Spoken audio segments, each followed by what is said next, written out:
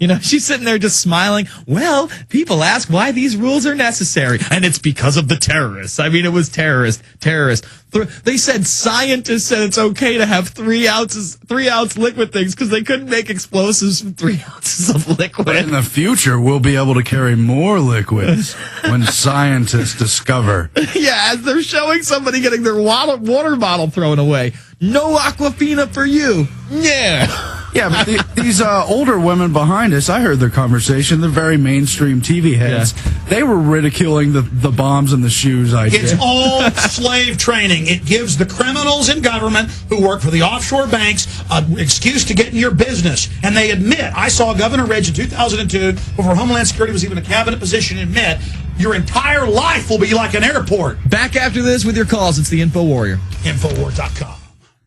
The good old folks at New Silver Solution. And the website is supernaturalsilver.com. Supernaturalsilver.com.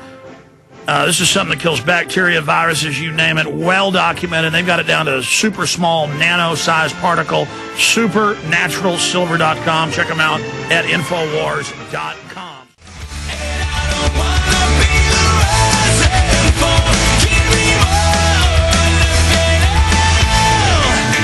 So, I forgot, but, we were lining up to initially, give over our bags, check in, that whole apparatus. And everybody in front of us didn't speak English.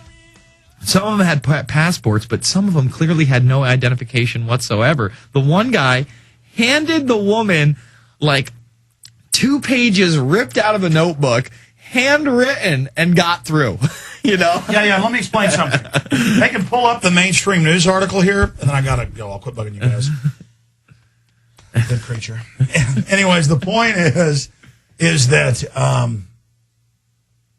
we're in here all the time fighting the tyranny, folks. You can't believe the amount of evidence we have. It's just mind-blowing.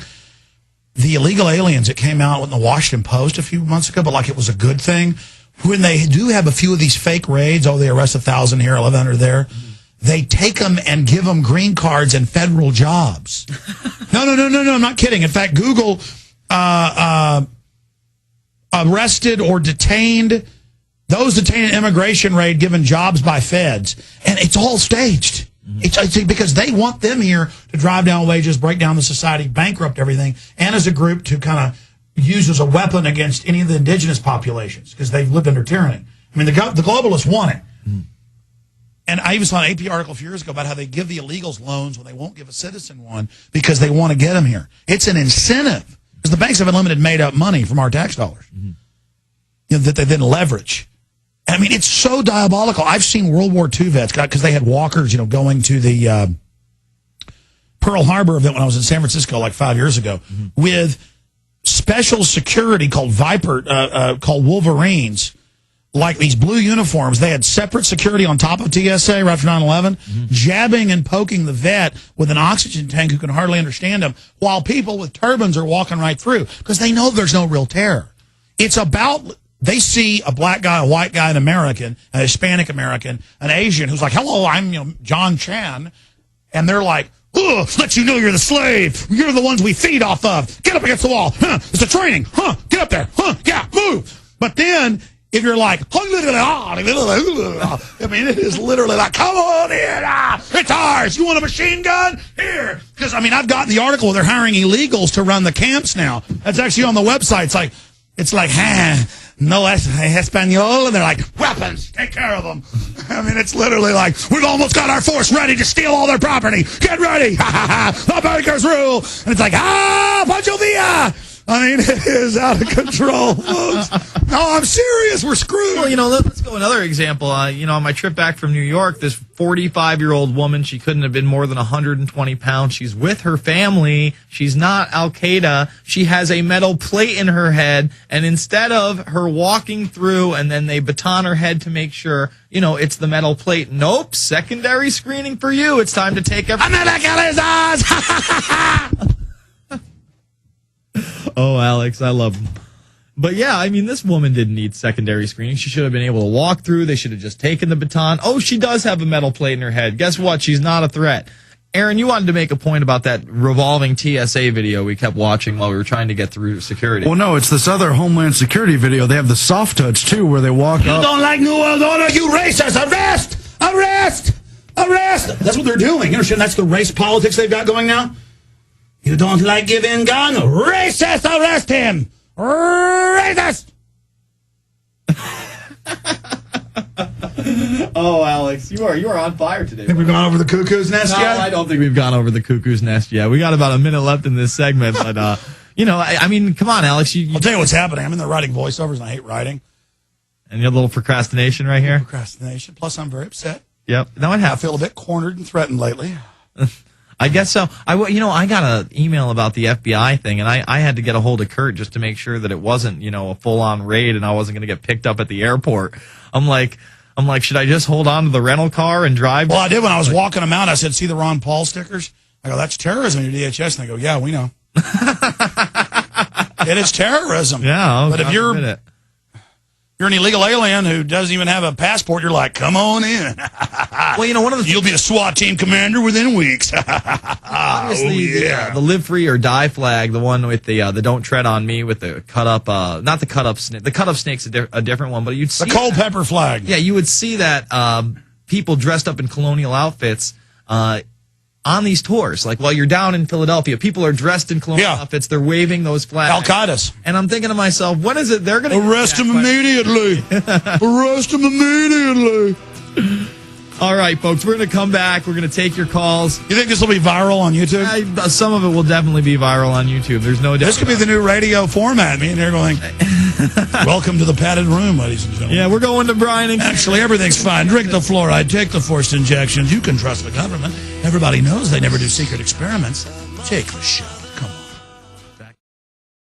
Do you understand how dark it is? How far down the line we are? How late it is? All right, we're going to get to the callers, I promise you. But I want Aaron to finish up this story of this TSA advertisement that he's seen.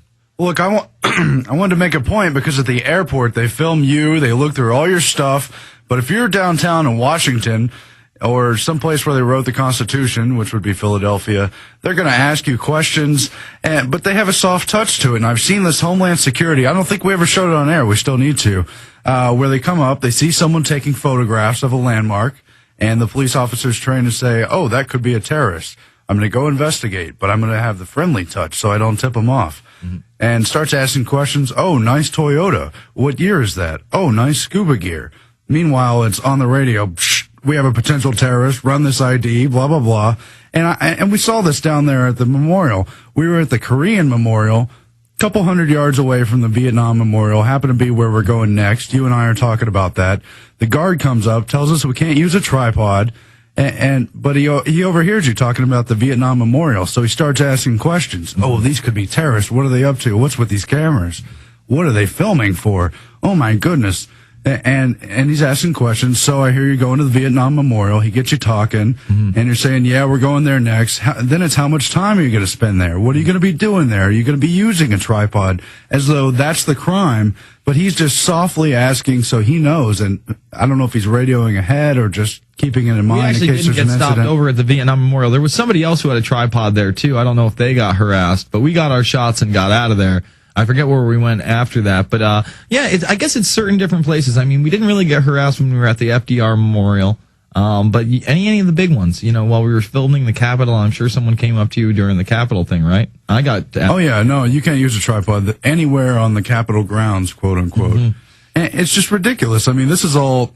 They say it's government property. Obviously, it's we the people's property, and we pay the taxes. It's public and open to anyone, just about. And I don't understand it, but it's everywhere. But just the fact that they're asking questions, profiling what these camera people are up to, it's out of control. It never ends, and it's more. I've been there a year ago. There wasn't nearly as much security as there is now. No, and just like at the airport, it's ramping up everywhere, and I don't know what's going on. I can't take it. Aaron Dyke's very upset by it. You want to stick around for calls? If you want to, sure. Yeah, stick around for the calls. Maybe you can chime in. Brian in Canada, you're on the line, sir. Jason. Yes, sir. Yeah, just to start there, I've been kind of active in this whole thing since, NAFTA there.